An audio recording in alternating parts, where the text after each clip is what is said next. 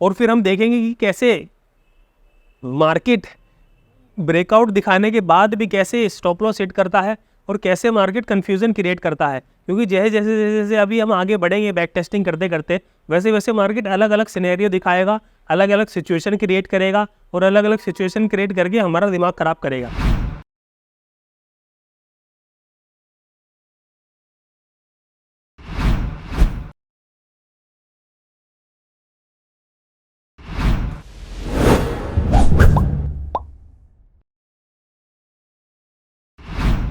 राम राम भाइयों, सभी को राम राम।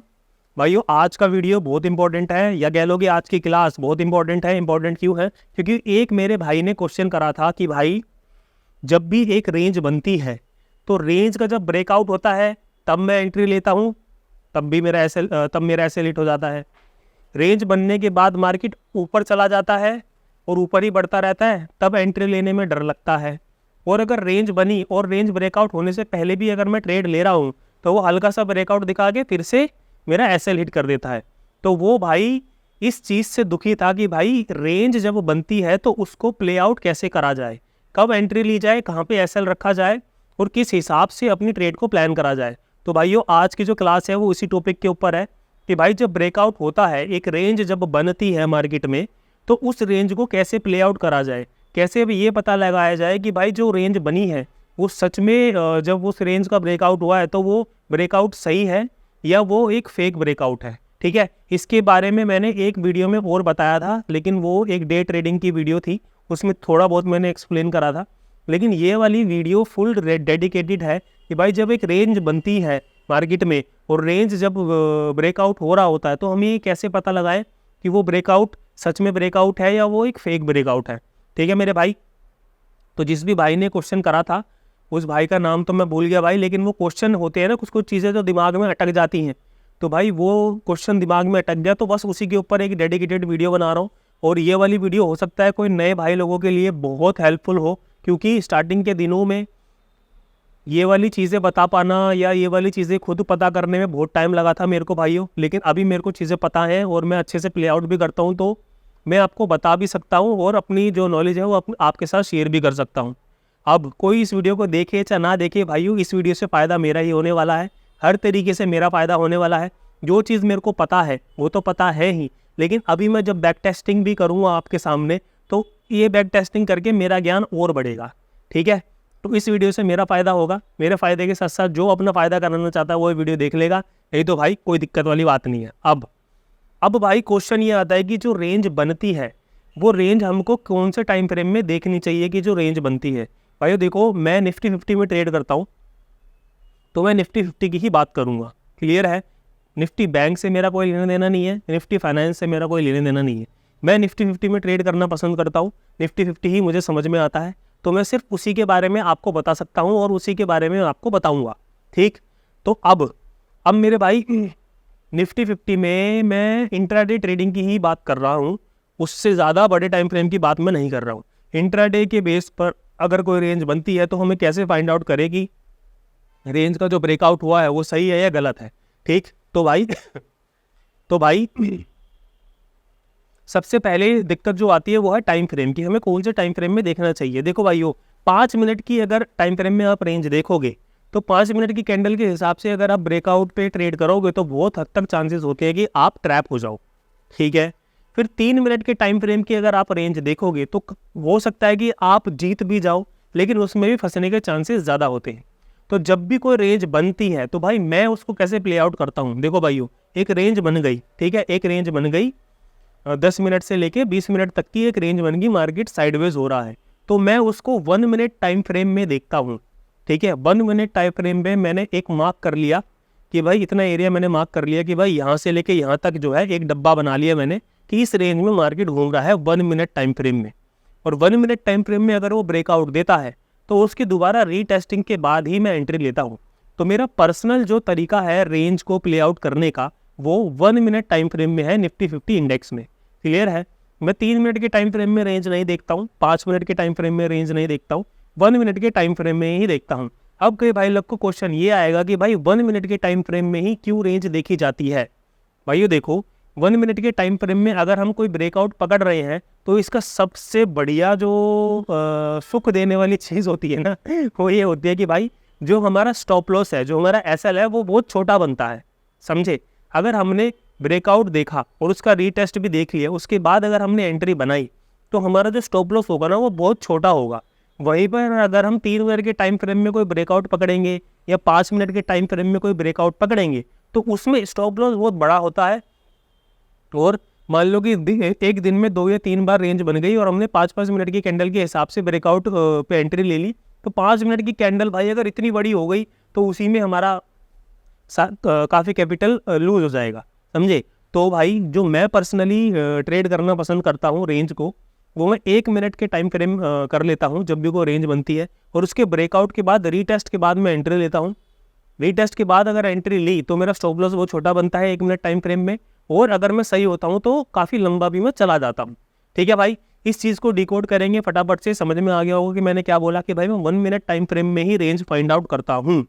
तो भाई आपको करना है नहीं करना है ये आपके ऊपर है, लेकिन मैं कैसे चीज़ों को देखता हूँ बस वो मैं आपके साथ अपनी चीज़ें शेयर कर रहा हूँ। और जिस भी भाई ने ये क्वेश्चन पूछा था उसका बहुत बहुत धन्यवाद भाई। आपके दिमाग में भी और कोई क्वेश्चन हो तो आप पूछ सकते हो, जैसे जैसे मेरे को साइन मिलेगा, जैसे जैसे मेरे को लगेगा कि हाँ भाई इस क्वेश्चन का आंसर आप कर देना चाहिए, मार्केट में टाइम आ गया है बताने का, तब मैं आपको ज़रूर वो चीज़ आपके साथ शेयर करूँगा। तो फटाफट से आता हूँ भाई स्क्रीन पर और रिकॉर्डिंग स्टार्ट करते हैं। आजा भाई, 1 सेकेंड भाइयों, गुस्सा हो गए। हाँ ठीक है, सब सही है, ओके ठीक है भाइयों दोस्तों, चलो स्टार्ट करते हैं रिकॉर्डिंग। यस, स्टार्ट रिकॉर्डिंग हो गई है।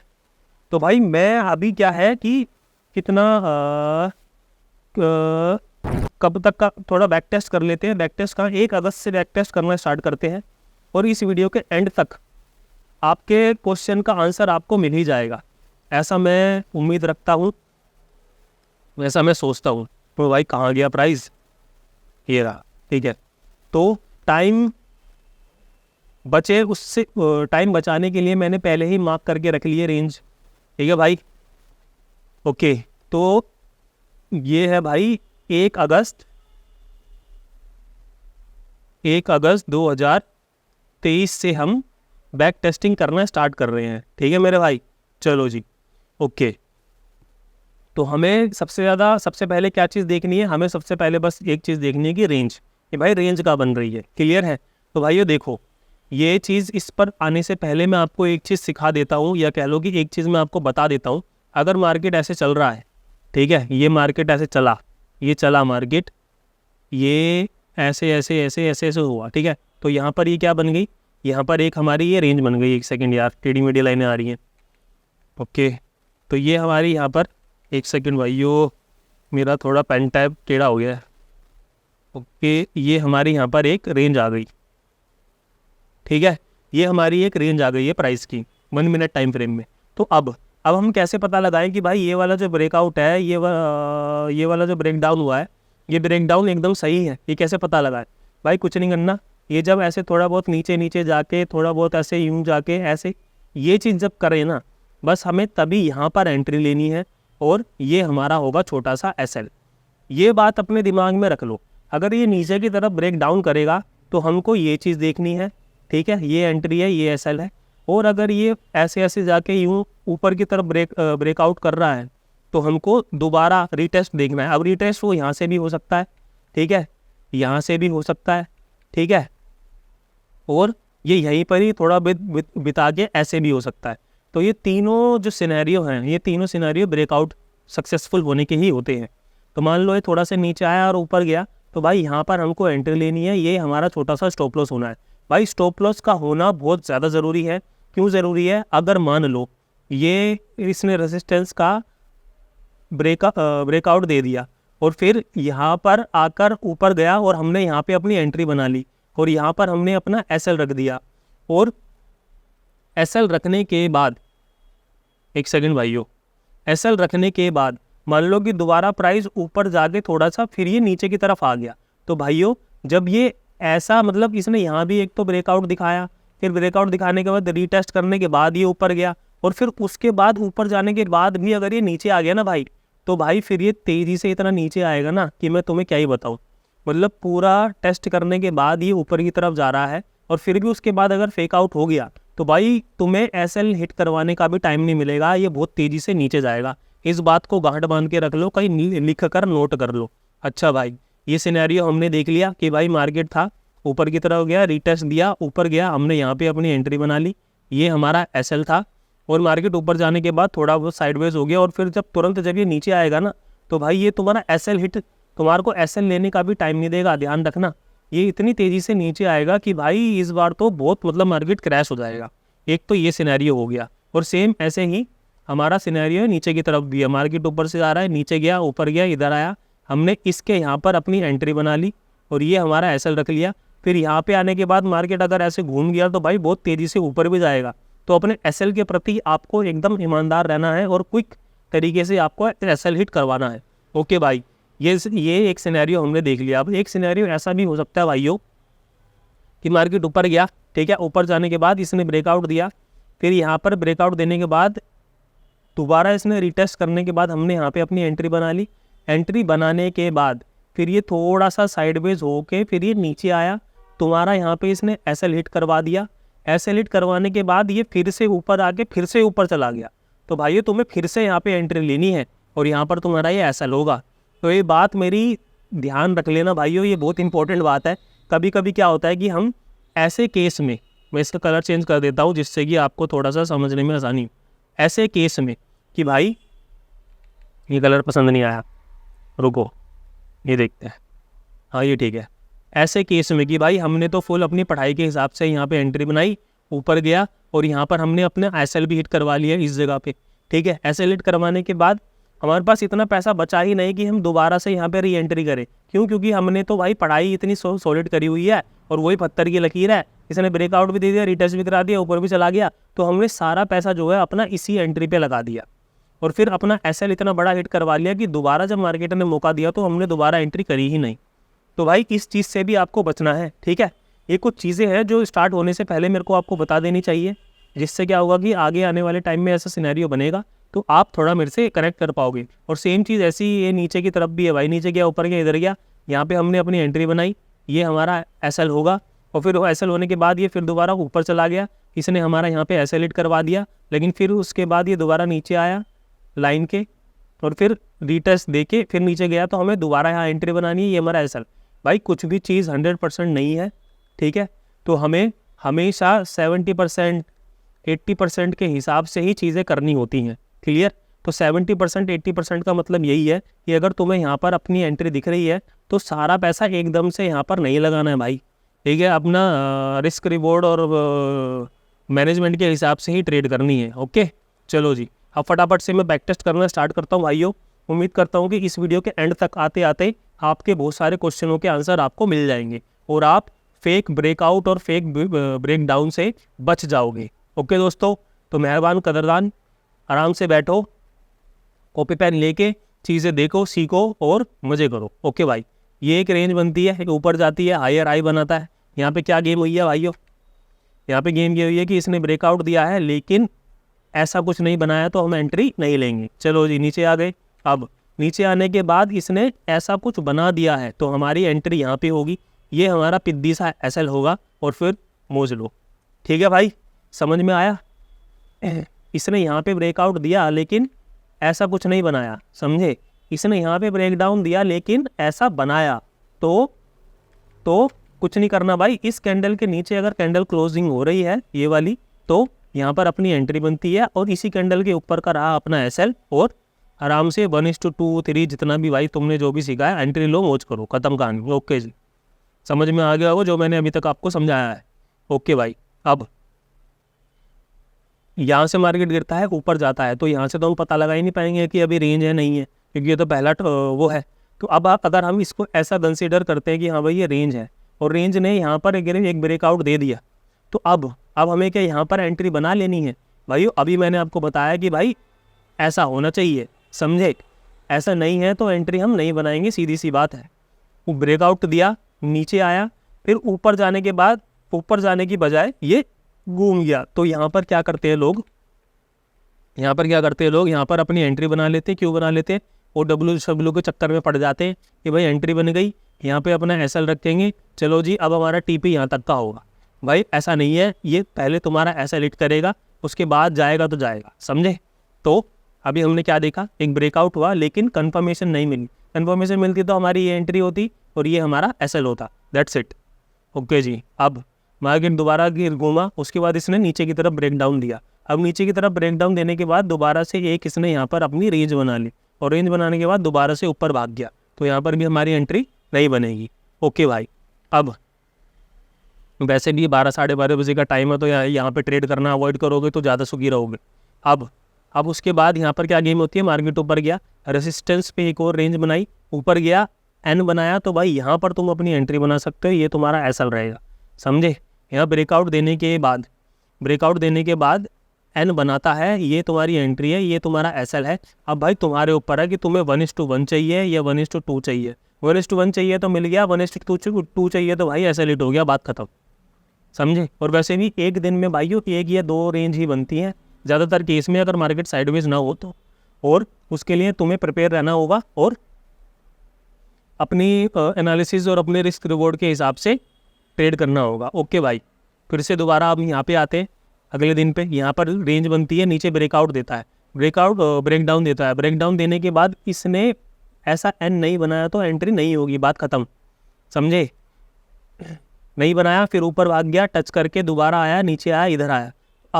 अब भाई क्वेश्चन आ सकता है कि इतनी बड़ी जो सेलर की कैंडल आई है, हमें इस पे क्या एंट्री बना लेनी चाहिए। भाई चाहे कितनी बड़ी सेलर की एंट्री आ जाए, कैंडल आ जाए, जब तक तुम्हें एन ना दिखे तब तक भाई एंट्री नहीं लेनी है। बस ये इतनी सी बात ना अपने दिमाग में बांध लो, लिख लो, कुछ भी कर लो, छाप लो। जब तक तुम्हें ब्रेक डाउन या ब्रेक आउट के बाद ऐसा एन ना दिखे तब तक तुम्हें एंट्री नहीं लेनी है। प्रीवियस कैंडल को इसने ब्रेक करा, यहाँ तुम्हारी एंट्री है, ये तुम्हारा एसएल है, मोज लो, समझे। तो ऐसे करना होता भाई एक रेंज को प्ले आउट। देखो भाई हर बार तुम सही नहीं होगे, ठीक है, मैं ये बता रहा हूँ क्योंकि अभी चीज़ें हो चुकी हैं तो मेरे लिए बताना बहुत आसान बात है। लेकिन जब लाइव मार्केट होती है ना भाई, तो लाइव मार्केट में दिमाग बहुत अलग तरीके से काम करता है, दिल बहुत अलग तरीके से काम करता है, तो हम डिसीजन लेने में बहुत हिचकिचाते हैं, समझे। तो उस हिचकिचाहट को दूर करने के लिए ही बैक टेस्टिंग होती है कि भाई तुम एक बार इतिहास के पन्ने पलट के देख लो कि पहले कितनी बार ऐसी चीज़ें हो चुकी हैं। उससे क्या होगा कि आने वाला जो मार्केट है उसमें थोड़ा तुम्हें कॉन्फिडेंस रहेगा कि हाँ मैंने ऐसी चीज़ें बहुत बार देख ली हैं, तो अब अगर दोबारा वैसी चीज़ हुई तो मैं ऐसे हिट होने की संभावना है, लेकिन वो संभावना मेरे को पता है कि हाँ भाई मेरे को यहाँ पे निकलना है। ऐसा नहीं होगा कि भाई ब्रेक डाउन हुआ या ब्रेकआउट हुआ, एंट्री ले ली और इस उम्मीद में बैठे कि अब रिवर्सल होगा, तो रिवर्सल वाली उम्मीद खत्म हो जाएगी, समझे। तो भाइयों जब तक एन ना बने, या तो सीधा एन या उल्टा एन, तब तक ट्रेड नहीं लेनी है, ये बात ध्यान रख लो। चाहे ब्रेकआउट होने के बाद कितनी लंबी कैंडल बन जाए 1 मिनट टाइम फ्रेम में, जब तक एन नहीं बनेगा साला तब तक कूदेंगे नहीं, बात खत्म, समझे। आओ फिर यहाँ पर हमारे को एक एंट्री मिल गई भाई। ओके भाई, फिर से इसने मार्केट ने रेंज बनाया, नीचे गया, ऊपर गया, फिर एन बनाया, तो क्या करेंगे, यहाँ पर हमारी ये वाली एंट्री होगी और ये हमारा एसएल होगा। भाई ये मैं बता रहा हूँ बैक टेस्टिंग करके, आई नो मेरे लिए ये बताना अभी बहुत आसान है, लेकिन लाइव मार्केट में इसको प्ले आउट करना बहुत ही कठिन काम है, ठीक है। लेकिन इस बैक टेस्टिंग से आपको ये पता चल जाएगा कि हाँ भाई ब्रेक डाउन या ब्रेकआउट होने का लिए एन कितना बड़ा हमारा एक्स फैक्टर रहता है, ठीक। अब भाई यहाँ पे दोबारा से रेंज बनी, इसने नीचे की तरफ ब्रेक करा, ब्रेक करने के बाद क्या इसने एन बनाया, नहीं बनाया, तो हम एंट्री नहीं करेंगे, बात खत्म। ओके भाई, फिर ये दोबारा ऊपर जाता है, इसने ब्रेकआउट दिया, ब्रेकआउट देने के बाद क्या एन बनाया, नहीं बनाया, एंट्री नहीं करेंगे, बात खत्म।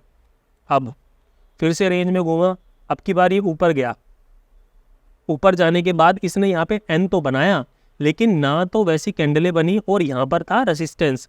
भाई देखो ये जो रेसिस्टेंस और सपोर्ट वाली जो गेम है ना, इसको तुम प्रीवियस दिन का सपोर्ट और रेसिस्टेंस जो है कंसीडर करो चाहे ना करो, लेकिन अगर ये उसी ही दिन में इंट्रा डे में सपोर्ट और रेसिस्टेंस बन रहा है ना, तो भाई इसको भी तुम्हें रिस्पेक्ट देनी पड़ेगी। अब कैसे रिस्पेक्ट दोगे, देखो भाई इसने यहाँ पर रेंज बना के ऊपर की तरफ ब्रेकआउट किया, लेकिन हमारी एंट्री कहाँ बनेगी, हमारी एंट्री बनेगी इस रेसिस्टेंस के ऊपर, ठीक है भाई। यहाँ पे एक रेंज में घूमा, उसके बाद इसने ब्रेकआउट दिया, ब्रेकआउट देने के बाद एन बनाया, लेकिन अगर ये इसके ऊपर कैंडल क्लोजिंग करेगा ना, तब हम यहाँ पे एंट्री लेंगे और ये हमारा एसएल होगा। तो भाइयों उसी ही दिन का जो रेजिस्टेंस होता है, सपोर्ट होता है, तुम्हें उसको रिस्पेक्ट करनी पड़ेगी इंट्राडे में। पिछले वाले दिन की करो या ना करो, लेकिन अगर उसी ही दिन में रेसिस्टेंस से पहले अगर रेंज बन रही है या बीच में रेंज जो बन रही है, जैसे ये भी बीच में रेंज बनी है, ठीक है, ये रेसिस्टेंस है और ये सपोर्ट है, इन दोनों के बीच में रेंज बन रही है। तो अगर ये रेंज यहाँ पर बनने के बाद भी अगर ये तुम्हारे को यहाँ पे दिखा रहा है ना कुछ लुभावने ऑफर, तो तुम्हें ये रेसिस्टेंस पार होने का इंतज़ार करना ही पड़ेगा। ये दिख रही है यहाँ पे रेंज है, लेकिन रेंज एक्चुअल में ये वाली है, समझे। जब तक ये वाली रेंज नहीं क्लियर होगी तब तक तुम्हें कोई एंट्री नहीं लेनी है। तो यहाँ पर जो रेंज दिख रही है ये एक तरीके से रेंज नहीं है भाई, रेंज एक्चुअल में ख़त्म होगी ये इसके ऊपर और इसके नीचे, बात ख़त्म। क्लियर है। तो अब भाई तुम्हारे ऊपर है, तुम्हारी कितनी स्टडी है, ठीक है। तुम इस एन पे एंट्री लोगे तो ले सकते हो। ये छोटा सा तुम्हारा एसएल है, तुमने यहाँ पे एंट्री ली, ये तुम्हारा एसएल हिट हो गया, बात खत्म। मैं होता तो इसके ऊपर जाने पर अगर एन बनता तब एंट्री लेता, ठीक है भाई, ओके। चलो जी, अभी दोबारा से अंदर घुस जाता। मैं इसी चीज़ की बात कर रहा था भाई मैं, कि अगर रेंज बनाने के बाद ये ऊपर गया, नीचे गया, ऊपर आया, तुमने यहाँ पे एंट्री ले ली, और एंट्री लेने के बाद अगर तुमने ये वाला जो एसएल अपना लगा रखा है, अगर तुमने ये एसएल हिट नहीं करवाया ना, तो तुम्हें मौका भी नहीं देगा एसएल हिट करवाने का। मैं इसी चीज़ की ही बात कर रहा था। उम्मीद करता हूँ कि पल्ले पड़ गई होगी ये बात। ओके भाई, अब इसने रेंज को ब्रेकआउट करा, यहाँ डब्ल्यू बना दिया, फिर कंसोलिडेट करके नीचे की तरफ आया। अब क्या हम इसके नीचे आने पर यहाँ पर एंट्री ले लें? हम एंट्री नहीं लेंगे। क्यों नहीं लेंगे? क्योंकि जब तक हमको ऐसा एन नहीं दिखेगा तब तक हम एंट्री नहीं लेंगे। ये एन से प्यार, मोहब्बत, इश्क, शादी वादी, 7 फेरे, 7 जन्म के रिश्ते सब जोड़ लो भाई। जो भी रेंज ब्रेकआउट को प्ले आउट करता है बंदा, भाई ये एन ही है। तुम्हारी धर्मपत्नी, तुम्हारी बीवी, तुम्हारी गर्लफ्रेंड, सब ये एन ही है, ठीक है। ये एन जब ऐसे बनेगा, चाहे कितना बड़ा ब्रेकआउट आ जाए, ब्रेकडाउन हो जाए, जब ये एन बनेगा तो एंट्री लोगे और इस एन के ऊपर तुम्हारा एसएल रहेगा, फिर मौज लो, बात खत्म। ओके भाई, अब भाई देखो, अब दोबारा से रेंज बनी, नीचे की तरफ आ गया। क्या यहाँ पर कुछ ऐसा दिखा? मतलब एन को तुम्हें ढूंढना नहीं पड़ेगा, समझे। जैसे ये जो चीज़ें हैं, ये आके मार्केट एक पोज ले रहा है और फिर एन बना रहा है। ये जो एन है ना, ये एन को तुम्हें ढूंढना नहीं है। ये नहीं बोलना कि भाई 2 रेड कैंडल बन गई, 1 ग्रीन बन गई, चलो जी नीचे। ये वाला एन नहीं, कम से कम हेल्दी एन बने यार। मतलब 2 कैंडल, 3 कैंडल, 4 कैंडल, 5 कैंडल का एन बने, तब थोड़ा मज़ा आता है प्ले आउट करने में। ओके भाई, फिर अब यहाँ पे रेंज बनी, ऊपर गया, जैसे ये बना, ये एन बना, तो अब भाई ये एन जो बन गया ना, तो इनको निपटाएगा ही निपटाएगा, इनको निपटाएगा ही निपटाएगा। क्यों? क्योंकि मार्केट रुक के ऊपर जा रहा है, समझे। यहाँ पे रेंज बनी, ऊपर गया, एन बनाया, यहाँ पे तुम्हारी एंट्री, ये तुम्हारा एसएल, मौज लो। ठीक है दोस्त, उम्मीद करता हूँ समझ में आ गया होगा। अब अगले दिन पे आते हैं, क्या कहानी हुई देखते हैं। यहाँ पर मार्केट ने रेंज बनाई, नीचे की तरफ ब्रेक करा, क्या यहाँ एन बनाया? नहीं बनाया, एंट्री नहीं लेंगे। चलो जी, रेंज बनी, ऊपर गया, फिर से रेंज बना के ऊपर चला गया, तो भाई ये दिन ऑलरेडी बहुत कठिन दिन है, तो इसमें तो तुम क्या ही एंट्री करोगे, ठीक है। ओके भाई, हम यहाँ पे दोबारा रेंज बनाई, ऊपर की तरफ ब्रेकआउट दिया, ब्रेकआउट देने के बाद एन बनाया, नहीं बनाया, एंट्री नहीं लेंगे। फिर कुछ नहीं भाई, अब दोबारा से नीचे की तरफ ब्रेक डाउन मिला, ब्रेक डाउन देने के बाद ऊपर गया, फिर यहाँ नीचे आया, यहाँ एन बनाया, हाँ भाई एन बनाया, तो क्या यहाँ पे एंट्री लेंगे? हाँ भाई एंट्री लेंगे। ये हमारा एसएल होगा? हाँ भाई हमारा एसएल होगा। इतनी परफेक्ट ट्रेड है भाई, क्या ही बताएं, ठीक है। तो भाई अभी तो समझ में आ गया होगा कि रेंज को प्ले आउट कैसे करना है। तुम लोग फंसते कहाँ पर हो, कहाँ पर फंसते हो? तुम लोग बस एक आधी कैंडल को देखते हो और उसी के पीछा करने लगते हो, तो भाई दिक्कत वाली बात है ये, ठीक है। कोई ऐसे प्राउड करने वाली बात नहीं है। ओके भाई, अब मार्केट ने फिर से यहाँ पे रेंज बनाई, नीचे की तरफ ब्रेकआउट दिया, और फिर उसके बाद दोबारा से रेंज बनाने के बाद अंदर घुस गया, फिर नीचे आया, ऊपर गया, नीचे आया। अब यहाँ पर तुम एंट्री ले सकते हो भाई, अगर तुम्हें पता है कि भाई तुम्हारा जो एंट्री का पैटर्न है वो क्या है, क्या नहीं है, क्लियर। यहाँ पर अगर तुम एंट्री लोगे और ये तुम्हारा एसएल होगा, तो भाई एक पिद्दी सा एसएल तुमने दे दिया है। ओके जी, एसएल देने के बाद यहाँ पर दोबारा मार्केट ऊपर जाता है, फिर नीचे जाता है, फिर ऊपर जाता है, फिर नीचे जाता है। तो भाई देखो, अब इस वाली जो चीज़, ये वाली जो चीज़ है ना, ये तुम्हें एक्सपीरियंस से आएगी, ठीक है। जब तुम्हारे को कुछ समझ में ना आने लगे कि भाई अब मैं क्या करूँ, ना तो ढंग से एक ब्रेकडाउन दिखाया है, ना ही मेरे को ढंग से एन मिला है, और मार्केट कंसोलिडेट होके बस ऊपर नीचे करे जा रहा है, तो ये वाली जो चीज़ है भाई, इसको तुम एक्सपीरियंस के हिसाब से अपने प्ले आउट करोगे। नहीं तो फिर भाई सीधी सी बात है, एक एन जो यहाँ पे इसने दिखाया है, यहाँ पर तुम एंट्री लो, ये तुम्हारा SL हिट हो गया। अब इसके बाद ये दोबारा ऊपर जाता है, दोबारा नीचे जाता है, तो अब बड़े टाइम फ्रेम में देखेंगे, थोड़ा बड़ा नज़रिया, तो एक बड़ा एन बन रहा है, तो भाई यहाँ पर तुम्हारी एंट्री बनती है, ये तुम्हारा SL होगा। अब 1:1 तो तुम्हें मिल गया है, लेकिन भाई अब उससे ज़्यादा की तुम उम्मीद रखे हुए तो फंस जाओगे। तो भाई मार्केट कोई भी चीज़ को 100% सही नहीं बताता है, तुम्हारा एक्सपीरियंस भी तुम्हारे काम आता है, ठीक है। तो यहाँ पर तुम्हें सिर्फ और सिर्फ तुम्हारा एक्सपीरियंस ही तुम्हारे काम आएगा, वही तुम्हें एंट्री दिलाएगा, वही तुम्हें एग्जिट कराएगा। क्लियर है? ओके भाई। तो अब देखो, यहाँ पे मार्केट ने रेंज बनाई है, ऊपर की तरफ ब्रेकआउट दिया है, यहाँ पर एन बनाया है, यहाँ पे तुम एंट्री ले सकते हो और ये तुम्हारा SL होगा, ठीक है भाई।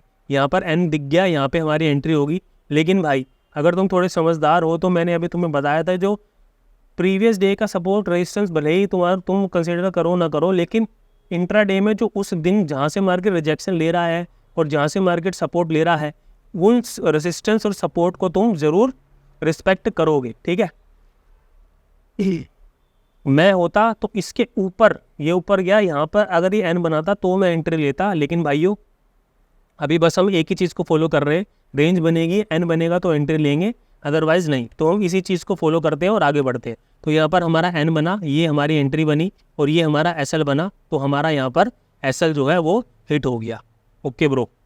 अब दोबारा से ये एक रेंज बनती है, रेंज बनने के बाद भाई यहाँ पे W तो दिख गया, लेकिन W पे एकदम नहीं कूदना, W ने ऊपर दिया, नीचे गया, ऊपर गया, तो भाई ये तुम्हारी एंट्री है और ये तुम्हारा SL है। अब उसके बाद तुम्हें कितना मार्केट दे रहा है तो मार्केट के ऊपर है और तुम्हारे पेशेंस के ऊपर है कि तुम कितना होल्ड कर सकते हो अपना ट्रेड। मैं बस तुम्हें एक रेंज जो ब्रेकआउट और ब्रेक डाउन हो रहे हैं उससे बचाने की कोशिश कर रहा हूँ, फेक से, ठीक है। मार्केट यहाँ रेंज बना रहा है, ऊपर की तरफ जा रहा है, क्या यहाँ इसने एन बनाया? नहीं बनाया, तो हम एंट्री नहीं लेंगे, बात खत्म। ओके, मार्केट नीचे आ गया, ब्रेक डाउन दिया, इसने एन बनाया? नहीं बनाया, एंट्री नो। ऊपर गया, एन बनाया, एन बनाने की कोशिश करी, लेकिन ऊपर की तरफ जो है कैंडल क्लोज नहीं करी, मार्केट साइडवेज होके दोबारा नीचे आ गया। नीचे आने के बाद क्या इसने दोबारा एन बनाया? नहीं बनाया, एंट्री नहीं बनेगी। ऊपर गया, ऊपर फिर से ब्रेकआउट दिया, एन बनाया? नहीं बनाया, नहीं, नो एंट्री। फिर ब्रेकआउट, नीचे गया। अब भाई देखो, अब देखना,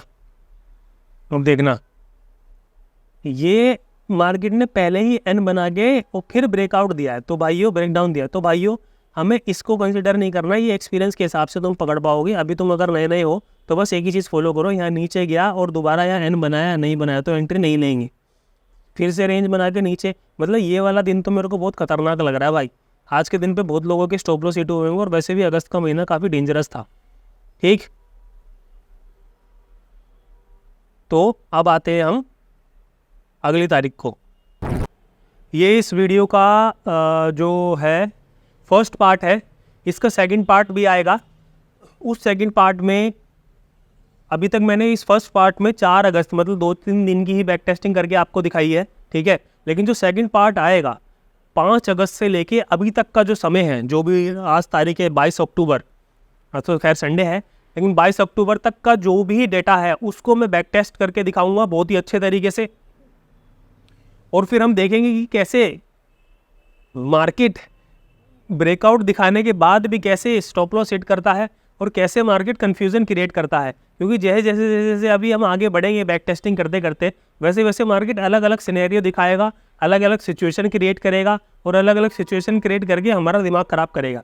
तो इस बैक टेस्टिंग से इसका जो सेकंड पार्ट आएगा, उस सेकंड पार्ट से मैं यकीन के साथ बोल सकता हूँ भाइयों कि अगर आप इस वीडियो को सीरियसली लोगे, फर्स्ट पार्ट को और सेकंड पार्ट को सीरियसली लोगे, तो भाइयों आपका जो क्वेश्चन होता है कि भाई अगर एक रेंज बनेगी तो उसको हम प्ले आउट कैसे करना है, वो क्वेश्चन डेफिनेटली आपका क्लियर हो जाएगा, ठीक है मेरे भाई।